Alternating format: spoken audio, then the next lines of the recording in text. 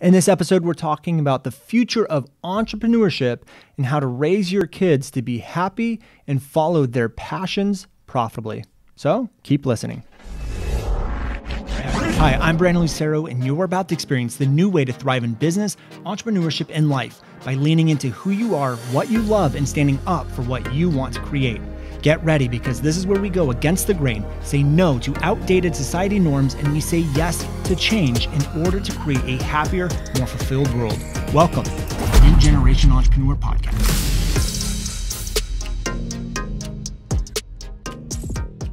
Hey everyone, welcome back to another episode of the New Generation Entrepreneur Podcast. Today we're going to talk about a few different things. We're going to talk about raising kids, how I'm raising kids, but really the future of entrepreneurship, the future of the job market, and kind of the direction I see everything going as far as society, jobs, business, and all of that stuff. And the reason why I want to talk about it is because entrepreneurship is growing. Like, this podcast is called the New Generation Entrepreneur, meaning there's so many opportunities, and the cost to get into the entrepreneurship game is way down. Like, you could literally just start a blog or a YouTube channel and create a business out of it. But the problem is a lot of people will go and do that, and they mix up things like an Instagram following or followers as a business. So you see a lot of YouTubers trying to grow a massive channel and have AdSense revenue and things like that. But there's different ways that we can make money. There's different ways we can follow our passion. There's different ways to turn these opportunities into something that actually produces money. And one of the reasons why I kind of want to tackle this is to talk about how we're actually raising our kids that could be stopping them from taking advantage of these opportunities.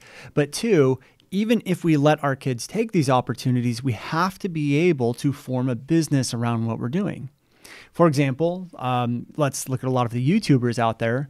You know, you have young kids like with gaming channels, different things like that come into a lot of money, and they'll spend it on cars and mansions and different things like that, not realizing that the money actually comes from YouTube and AdSense, meaning they have no control over it. It's not something that they can scale. It's not something that they can grow other than getting more views and more, like ads being run. But they don't dictate the price. They have no control over, what the revenue is going to be. They basically just try to get as many views as possible when we can actually turn those things into businesses. So that's the first thing we want to talk about. The second thing that we want to talk about is, with all of these opportunities going on, I see parents time and time again raising children in a way that's not going to set our kids up to succeed in the future. Things are changing so fast. We've seen more change in the last 5 to 10 years than we've seen in the last 50. And if we're not raising our kids to adapt to this, and that's the question, is like, how do we raise our kids to adapt to this? But let's look at it on the other side.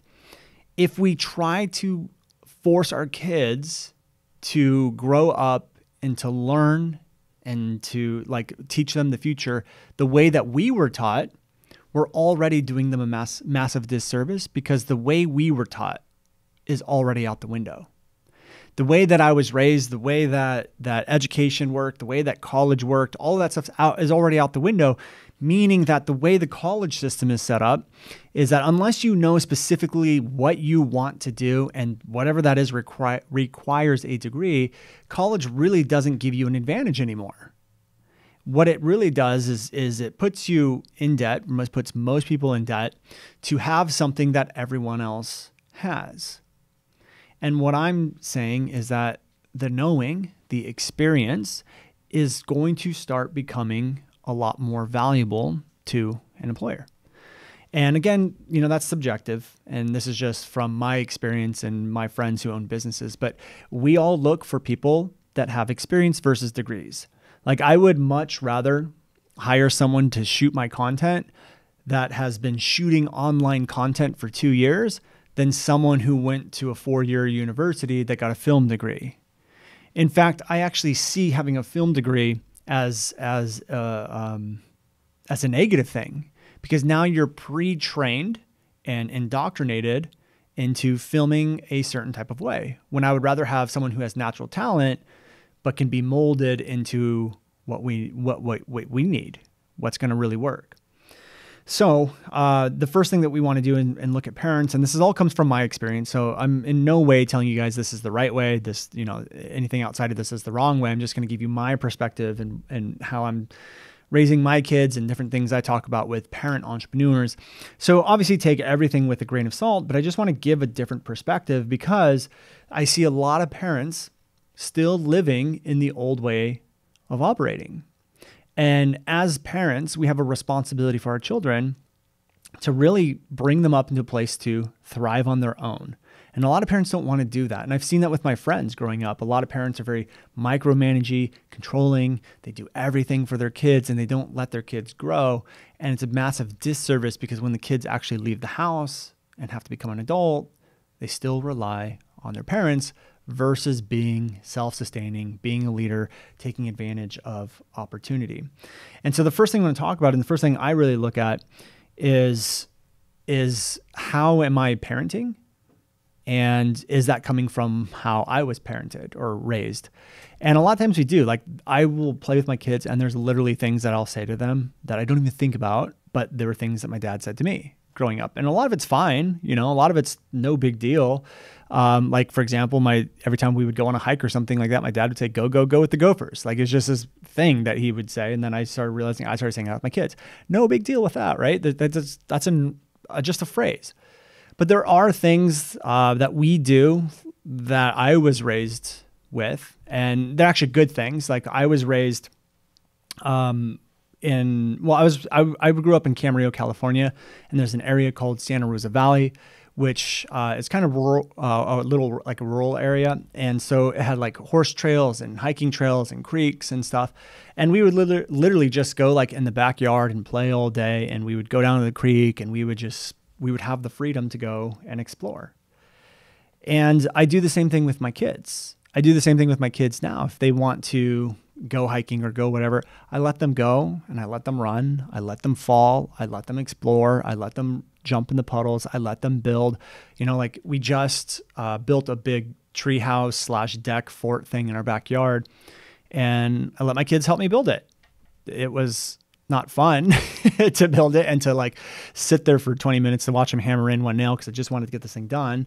But that's the things that we did. And the reason why I do that is because if we don't know what the future is and if we don't know what opportunities are going to be there, we have to choose to raise our kids in an environment where they can adapt, where they can figure things out, where they can fall, get back up, and realize that's just a part of life, and especially as a part of entrepreneur. Now, you don't have to physically fall, but when I was a kid and I fell down, my parents would just tell me to get back up. If I was out in the middle of the creek by myself and I fell, I had to just get back up. And that trait is very common for me in entrepreneurship. There's a lot of times that I failed and I just get it back up. It's not a big deal. My parents didn't even really help me with my homework. They did, but they didn't. Like I remember doing book reports and stuff all by myself. And as a parent, we want to get in, we want to help because it's our kids and we love them. But at the same time, we really have to ask ourselves is what skills and traits am I giving my kids that's going to help them thrive in the future? And since things are so unknown, we have to be able to get them to adapt to the chaos, learn to try on their own and fail and get back up and do it over and over and over again. We have to learn to correct the subconscious things that they don't realize that they have. For example, the other night, my son was not listening to my wife, his mom, and I went in and talked to him, and I told him like, you have to listen if we need you to do something, which even now I'm realizing it's me telling him he has to do what he's told. But there's things like cleaning up your toys and responsibility and stuff like that he has to listen to. And he told me, well, listening's hard.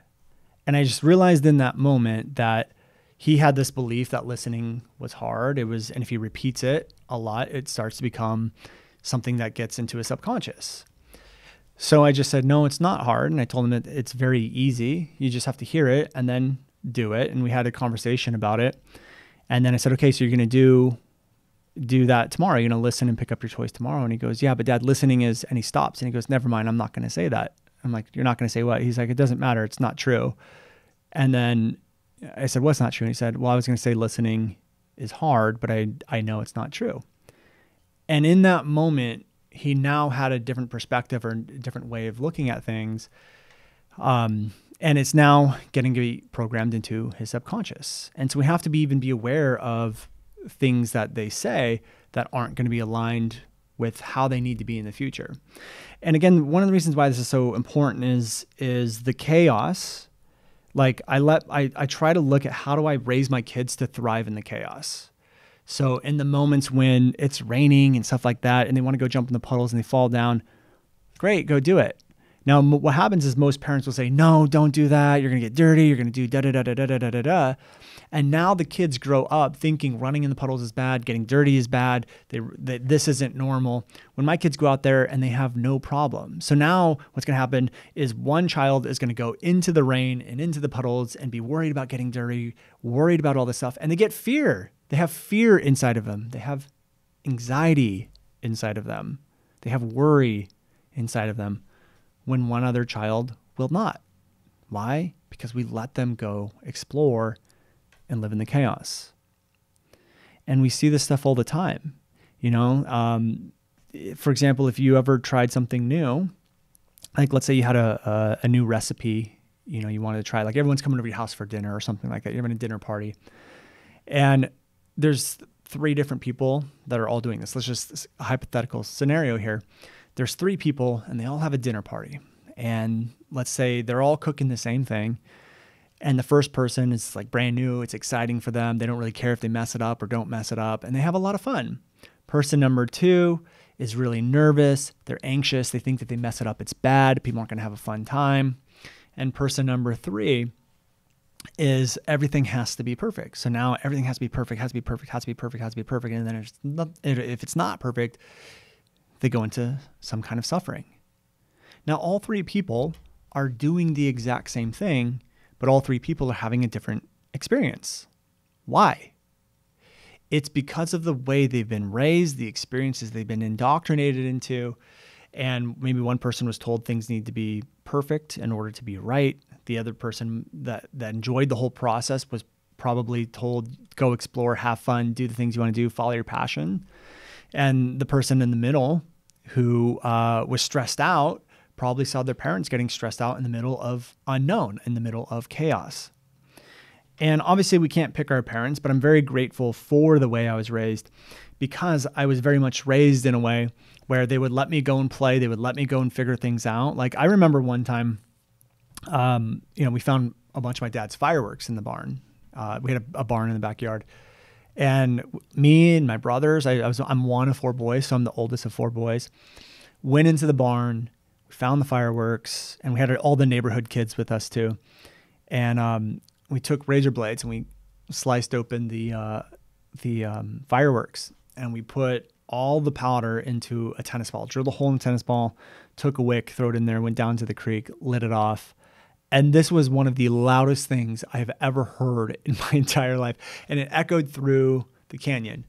Yes, it was super dangerous. Would I let my kids go and do that? No. The point of this story is that we had a lot of freedom to go explore and to do things. I was never told that the things that I wanted to do weren't a possibility.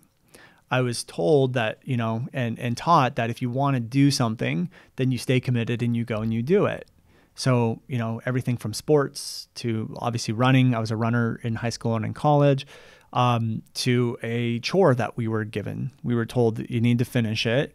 And then once it's done, you can go do the things that you want to do. And what that really taught me was to kind of thrive in the chaos. It was taught me that nothing really is a big deal. You just figure it out. You just do it. You see it to the end. And when we look at like what's going on right now in society, we obviously have COVID. We had the Black Lives Matter movement and a lot of racism things popping up. Right now, this is like July, August time. So things are going back into closure because the COVID numbers are going back up. But it doesn't affect me. All this chaos, like quote, and I give it air quotes, quote unquote, chaos is going on in the world around me.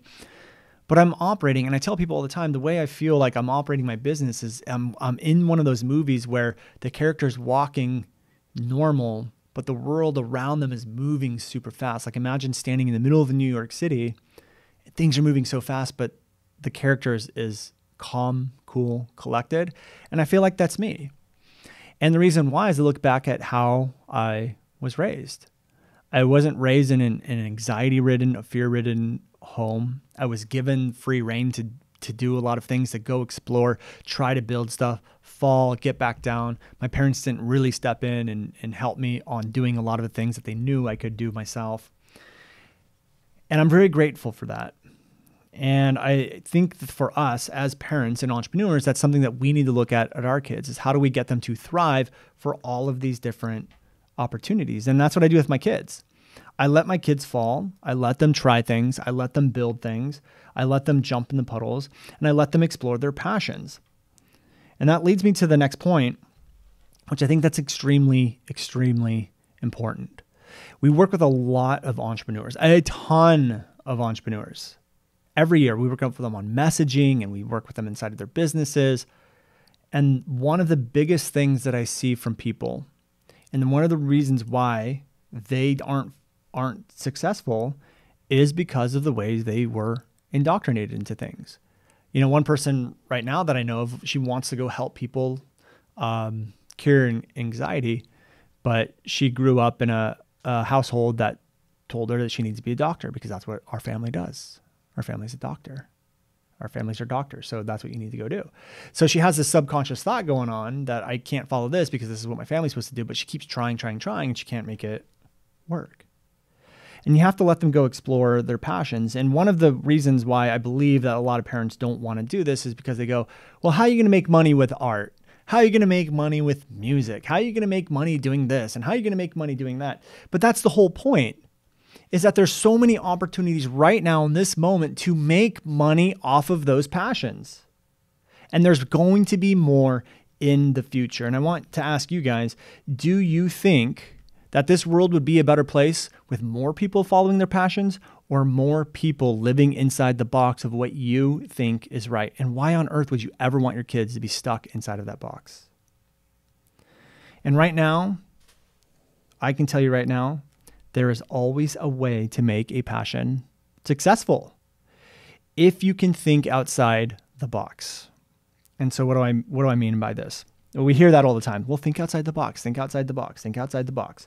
So here's what think outside the box is to me. There's a version of the world in our eyes, and it's usually individualized, meaning that the way I see the world is created by things I've been indoctrinated into, experiences, stuff like that. Like, it's another way to describe it is ask yourself, what do you think is realistic and logical? And that's usually going to describe what your box of reality is. But there's always a way to make money and make something profitable if you think outside the box. And in order to create a better world, in order to create a business, you literally have to create something that doesn't exist, which means you're operating and trying to create something outside of the box, outside of your reality. And the only way to create something outside the box, outside of your reality, is to think outside the box, and to think outside of what you think is realistic, and outside of what you think is normal, outside of what you've been told is right and wrong, because all of that stuff is just an illusion. It's not real. We think it's real, but it's not. And one of the reasons why is because not every single person has the same version of reality. Not everyone's stuck in the same box. If it was real, those limitations, those things you think are realistic, those borders that you have, if they're really real, then why does every single person on this planet have a different version of what realistic is? You have to understand, realistic, all that is someone else's borders and barriers that you took on as your own. That's it. So we have to think outside the box. And right now, I don't really care if my kids are entrepreneurs or not. I want my kids to be happy. But the thing that most people don't get is that the same traits that make a successful entrepreneur are the same traits that actually make a successful employee. And getting stuck in a job that you hate is just as bad as wanting to start a business and never doing it. But let me go back to the box for a second. Creation happens outside the box, and this will lead to happiness. Matt, who works here, runs our agency, grew up in, what was the religion, Matt? Protestant Christian household. And he loves music, loves music. To this day, he still plays music, and wanted to play different, it's like rock music and stuff, right? Rock music, but was told, if it's not Christian rock, it's not something that you can do.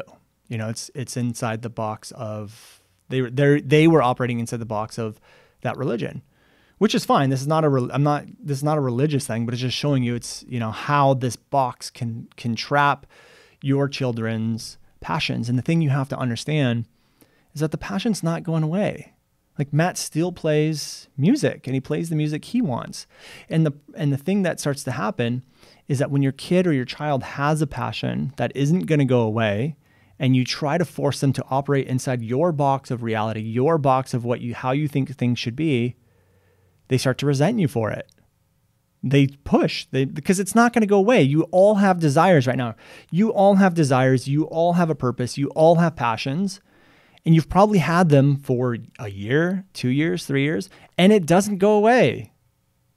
And your children's passions are not going to go away either. If you want to have a great relationship, you want to set your kids up for success, teach them to live in the chaos. Teach them to learn how to fall and get back up. Teach them how to follow their passion, and also present opportunities to show them how they can turn that passion into a business, or how to chase that passion and go get the job of their dreams. And if you don't know how to do that, there's plenty of resources on how to actually do that. But given that this is the New Generation Entrepreneur podcast, I'm sure all of you guys know a way to turn things into a passion, or a profitable passion. So when you think outside the box, the next step after this is that you probably will get ridiculed, and your kids will too. And I know that's a very difficult thing to witness as a parent. It's also can be a very difficult thing as a person to experience, because obviously we've been ridiculed. We've been called out on certain things. We've been getting haters on comments, and this has been going on for years. But it doesn't affect me anymore. And one of the reasons why is because I understood and understand the box of reality. So when we get haters, or we get called out, or, you know, someone doesn't like things that we're doing, it's very easy for me to recognize and literally see the box of reality in which they're living. And that's fine. They can live there if they want, but I don't want to live there. I'm not bending my business. I'm not bending my services. I'm not bending my mission to what everyone else thinks that I should do. Why? Because I have the personal power.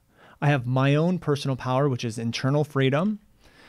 And I know exactly what I want to do, and I don't let anyone do that. You see, when we start bending to the haters, or we start bending to how people think we should operate, or we start bending to certain things because people don't like what we're doing, we're getting derailed from our purpose and our passion. And I can tell you right now, if you want to be profitable from your passion, you freaking follow the passion, and you don't bend to what other people are telling you to do.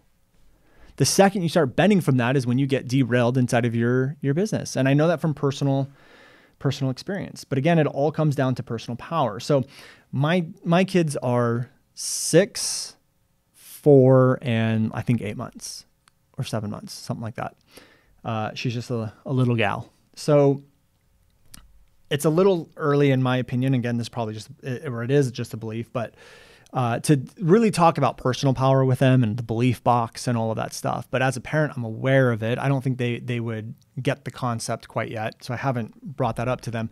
But as they start to get older, I'm going to have those conversations with them about how reality is formed, because it's very easy to not let someone else's opinion or judgment or whatever affect me when I can literally hear someone talk and see the belief box being formed around them.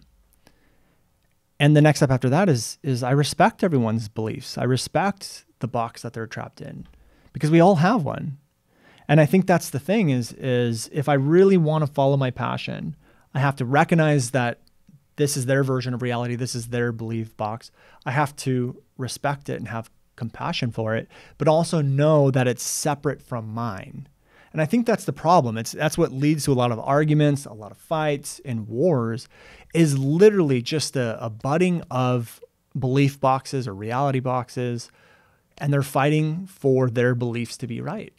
Literally, that's almost what every single fight, argument, war. I mean, obviously, wars could be over other things like financial, whatever, but a lot of different reasons. But usually, arguments and fights and haters and different things like that. It's literally just two different belief boxes butting up together. And at the same time, if you're someone who can actually recognize that, it's so easy just to let it go. Stay in your own lane. Go after what you want. And it's a much easier place to operate with love when you can recognize that and just go like, that's their belief box. You don't even have to respond to it. You don't have to give them your energy. You don't have to respond to it, but you can recognize it and love them for it, have compassion for it. And we can teach that to our kids. Now, the last point that I want to make is that, yes, this is about entrepreneurship. And this episode is a little bit about how to raise kids and how I was raised and how to raise entrepreneurs. But at the same time, I want to be very clear. This isn't about entrepreneurship. This is about how to raise our kids to be happy and to follow their passion and to wake up some of the parents who might be forcing their kids to be raised in the way they were raised, which might be keeping them trapped in a box that won't allow them to succeed in the future. And I don't care if you're an entrepreneur. I don't care if you're an employee. What I care about is your happiness. What I care about is the happiness of your children.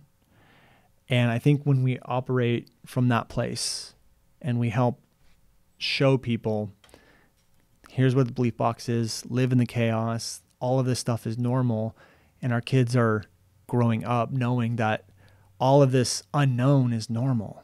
All of these things are normal. All of this chaos is normal, that when they experience that in their life, it's normal and they don't have fear. They don't have anxiety. They don't have all of that stuff.